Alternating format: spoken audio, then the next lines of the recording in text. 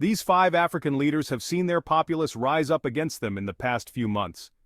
Let's start off with Kenya's lying and flying president, as they call him.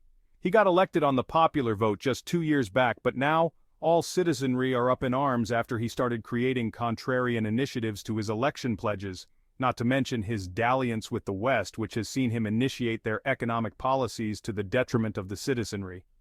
Will killing protesters and utilizing his cyber warriors help him stay in power?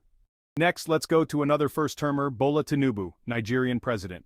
Citizens are already up in arms with the anger and hunger protests rejecting his governance, which has brought economic hardships and seen a rise in crime. Will the cosmetic initiatives announced and a crackdown on protests help settle the citizenry?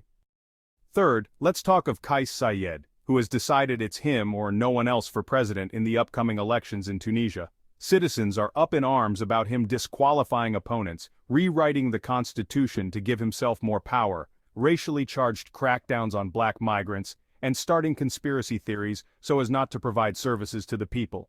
Will jailing everyone who raises a voice help him win? Fourth is Madame Samia Suluhu, who instead of being the solution she is named after and actually promised after taking over after hardliner Magufuli's death, has decided to adopt the late president's policy of crashing political freedoms. Tanzanians wonder whether she will survive her fast-approaching first-ever election.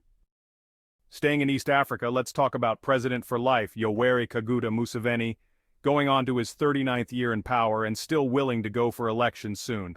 He has silenced all opposition and is cracking down on youthful protesters, fueling even more dissent from his regime. Can he make it past the 4th decade in power? Which African leader do you think is next in this seemingly recurring civil uprisings?